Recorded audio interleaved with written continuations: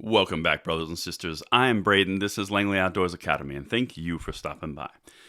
All right, guys, it has been 3 days that I have not connected with you on a nightly basis around our Second Amendment rights and the fight that we are going through to pass the blessings of the Second Amendment along to the next generation. And I'm going to be honest, I'm having withdrawals.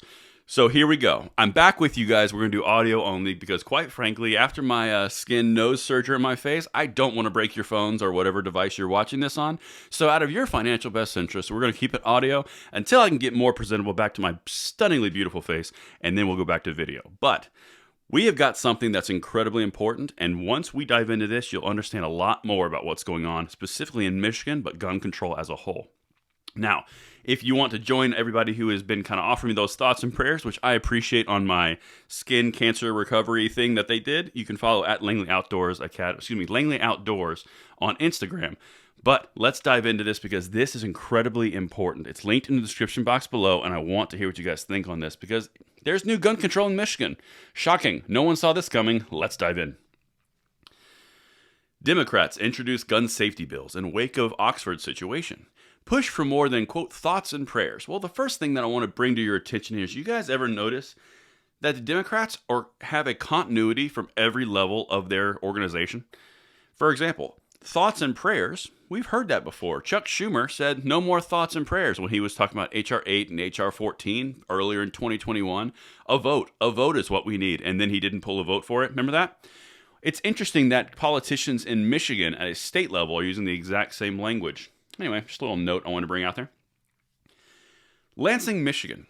A Democratic senator who represents the district that includes Oxford, Michigan, is pushing a series of new gun control bills that would limit the sale of gun magazines that hold more than 10 rounds. Well, anyone who's ever owned a firearm or reloaded a firearm or gone to a gun range knows that that will do nothing to prevent the issues that we're talking about, but we can't let a good crisis go to waste, right? Let's keep going because it's really important when we dive into the why here because there's nuance in this article and in this bill that shows you everything they need. You just got to look for that why. Bayer, who is the bill sponsor, called gun violence an epidemic, adding that, quote, thoughts and prayers won't be enough to head off future tragedy like what happened at Oxford. That's because we have a sickness of the heart, not a sickness of the tool. We've talked about it. But the fact is, if you've got an entire political class removing any type of centralized morals or religion or ethics, whatever you want to assign it to in your own life, and you have 300 million people all coming up with their, quote, own truth, yeah, you're going to have some issues. But I digress. That's a thing for a different channel. But let's dive into this. I want to show you these bills. Senate Bills 785 and 786 and House Bills 5627 and 5628 would prohibit the sale and possession of firearm magazines that would hold more than 10 rounds of ammunition. The bill would make selling or owning high-capacity magazines a misdemeanor. Okay, so now owning something that's completely legal that has permeated the entire culture of Michigan is now illegal. It's a misdemeanor. Well, that's interesting because how are you going to track who has magazines? All these other states have done it, and they haven't done it very successfully. And the other thing is the why. There's two things here. I want to throw the why to you. The first one, we're going to talk about Gretchen Whitmer. Then we're going to get to the juicy one about this bill. Democratic Governor Gretchen Whitmer, who opposes relaxing restrictions, said gun violence is a public health crisis, continuity. She called for unspecified actions beyond thoughts and prayers, but did not elaborate. Okay, so quick question, guys. Gretchen Whitmer was one of the most authoritarian governors in the entire United States around that situation we went through the last 2 years. Why, if she's backed red flag laws in the past, why would she not back a bill now that infringes upon the gun owner's rights? What would be different? Could it be that she's losing a political race for governor in 2022? This is the point I want to bring up when that. She's perfectly entitled to her own opinions, but she's kind of disgusting when she won't say what she truly means because she knows she's going to lose. This is about power.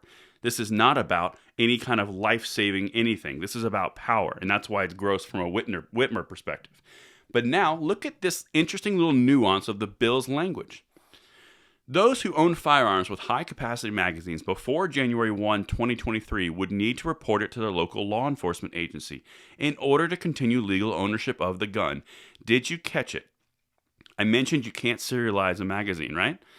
Well, those who own firearms with high-capacity magazines before January 1, 2023 would need to report it. Report it.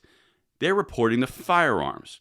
in order to continue legal ownership of the gun, not the magazine. I thought this was banning magazines. Right there, they let it slip. This is not about putting a database of magazines in order. This is about putting a database of firearms that have magazines in order. It's incredibly important, the why. If you're telling me this is not a registration, I don't know what to tell you, because they're literally saying we're going to ban firearm magazines. By the way, we need the serial numbers of the firearms. That's backdoor gun control through and through. Bayer said that the timing of the legislation wasn't directly tied to the shooting, but lawmakers can't wait for the next incident. Interesting. So you just had it waiting, and then you said, oh, well, there's an incident, so we got to do it. Let no crisis go to waste. That is a Democratic motto. And this last thing I threw in here just because it bothers me, this thing the Democrats do. When asked how she plans to get Republicans on board with Democratic gun proposals, Bayer said she comes from a hunting family and understands that the sport has a long history and tradition in Michigan. Well, my uncle's brother's sister's cousin shot a deer when I was 10, and I touched it, and I ate some venison stew one time, so I understand the hunting culture. We just need safety over guns. It's so disingenuous and so gross, and that's the only reason I put that in there. But the big thing I want you to take away from this video, guys, it's about the why. This starts out as a gun magazine ban, turns into a misdemeanor, then it says, well, in order to enforce the misdemeanor, we have to do a gun registration. This is what they do, a death of 1,000 cuts, and we are not going to let them get one single cut in that chain, and that's why we are here, and I will see you guys tomorrow. I look forward to hearing what you think. See you on the next one.